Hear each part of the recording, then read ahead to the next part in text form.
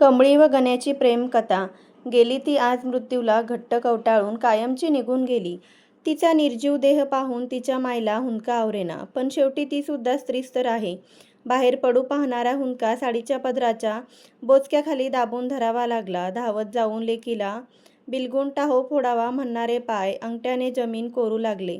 पण डोळ्यांना मात्र बाण पाळता आला नाही. ते ओसंडून वाहत होते. कित्येक असे अन्यायी बुक्क्यांचे घाव प्रत्यक्ष पाहिले होते. माईच्या डोळ्यांनी कित्येक सायले देखील होते. पण सगळे पडद्याआडून पुरुषी प्रस्थापित समाजात हे स्त्रियांचं जगणं मी का सांगितले नाही पोरीला? स्त्री जातीला स्वेच्छेने मरणाचा सुद्धा अधिकार नाही. पोरी हे शिकवायचेच राहून गेले होते. माईच्या जीवाला याचाच घोर लागला असला पाहिजे म्हणूनच तोंड गप्प असलं तरी डोळे आकांत करत होते. ती होती तरी जीव पिळवटत होताच ना. क्रूर समाजाने उघड्यावर टाकलेली असह्य फाटक्या कपड्यातली फेकलेली भाकर खात असलेली 2 जीवांची कमळी. झाडाच्या बुंध्यावर ताटकळत पडलेली कमळी मायेच्या नजरेसमोर उभी झाली की जीवाचं पाणी पाणी होत होतं. पोटची लेकरं असूनही काय करू शकणार होती माय? चोरून लपून भाकरीचा तुकडा नाहीतर 2 फळांच्या कोया तिच्या झोळीत ओतून आग आग होणाऱ्या जीवावर 2-4 पाण्याचे थेंब ओतू पाहत होती. कमळी डोळ्यांना दिसत तर होती. कावल्या जीवाला तेवढाच आधार तर होता. आता थांबलं सगळं. मरण आलं आणि घेऊन गेलं तिला हात पकडून नाही फरफटत. पण तिच्या जन्माची फरफट थांबली आता. प्रेम केलं होतं म्हणे कमळीनं गावच्याच पाटलाच्या पोराशी. गण्या त्याचं नाव खूप स्वप्न दाखवली होती गण्यानं. कुणाच्या बापाले घाबरत नाही. तुले घेऊन शहरात जाईन तिथं आपण आपला संसार थाटू कमळे. पाटलाच्या पोराला नाही म्हणायची हिंमत नाही या गावात कुणाची. तुले पाटलीन बनवून ठेवीन, सोन्यानं मडवीन म्हणाला होता. कमळीच्या कोवळ्या मनाला सुखाच्या स्वप्नांनी भरून टाकलं होतं. कमळीला गण्याचा खूप आधार वाटू लागला होता. गण्याशिवाय तिला काहीही दिसेना झालं होतं. पाटलींच्या वेशात स्वतःला आरशात बघताना आनंदाचं भरतं येई कमळीला. गण्या आणि फक्त गण्या एवढंच तिचं विश्व होऊन बसलं होतं. कमळीची सखी संग समजावे तिला कमळी दिसतं तसंच नसतं. सोने एक माझं, एकदम वाहून जाऊ नकोस. दमानं घे जरा, विचार कर. पोराईची जात लई खराब असतेत. त्यातले पाहिजे ते मिळालं का मग झालं. प्रेम बीम सारं तुया मायासारखं पोरीसाठी असतं आणि इज्जत बी आपलीच जाते. पोराईले फरक पडत नाही. पण प्रेमच ते आंधळं म्हणतात तसंच गण्या नाही त्यातला. तू उगा काय बी बोलतस म्हणून कमळी परत आकाशी उडू लागायची. कमळीच्या प्रेमाचा तिच्या विश्वासाचा गण्या आता फायदा घेऊ लागला होता. कमळीला एकट्यात गाठून चमचमत्या टिकल्या माळ बांगड्या वस्तू देऊन तिला उपकाराखाली दाबू पाहत होता. गळ्याची आण देऊन देऊन प्रेमाची लत्तर फाडत होता. 5 रुपयांची भाजी खाऊ घालून तिच्या जीवाचा भाजीपाला करत होता. कमळी तरीही खुश होती. प्रेमात अखंड चूर होती. तनानं मनानं समर्पित होऊन संसाराची स्वप्न पाहत होती. कमळीच्या सौंदर्याची तारीफ करायचा तेव्हा तर कमळीला आकाश ठेंगणं पडे. असेच आनंदी दिवस जात होते. दिवस सरता सरता कमळीला दिवस गेले. दिवसाचे महिने झाले आणि गावभर बातमी पसरली. हा हा म्हणता अवंडभर उठले. गावकर्त्यांनी परिवाराला वाळीत टाकले. कमळीच्या तोंडावर थू थू करू लागले. परिवाराशी गावानं बोलणं सोडलं. लोक टोमणे मारून देऊ लागले. कमळीच्या भाऊ बहिणींना गावात फिरणे कठीण झाले. परिवाराने कमळीला डांबून ठेवले. तिला मारहाण झाली. मळीचा बा तर हाय खाऊ लागला होता. पण एवढ्याने गावकऱ्यांना समाधान नव्हते. गण्या आता गावात दिसत नव्हता. कामाच्या आडून शहरी पळत होता. आताशा गण्या हुशारीनं वागू लागला होता. लोकांच्या नजरेत सभ्य दिसू लागला होता.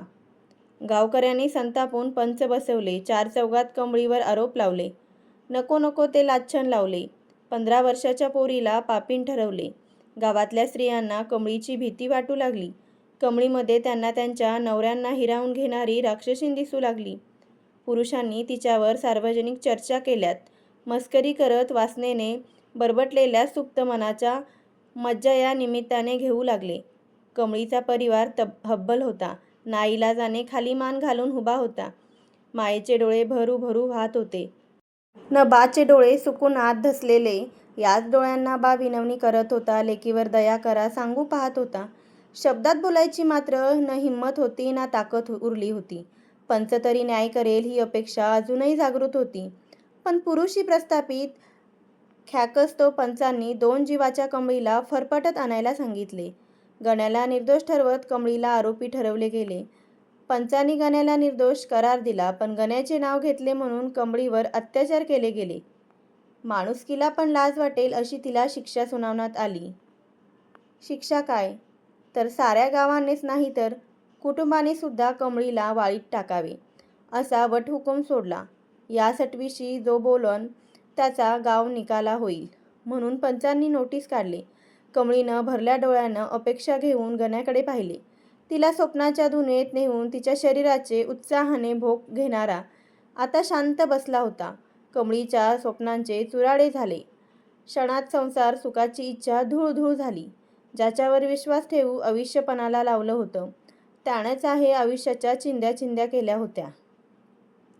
कमळीच्या अश्रूने कोणाचाही जीव पागळला नाही. बाकी परिवारावर अन्याय नको म्हणून बापानं सुद्धा लेकीला घातल्या कपड्यावर बाहेर काढली. 2 जीवाची कमळी एकटी पडली. अंगावरच्या एकमेव कपड्यानं गावात भटकू लागली.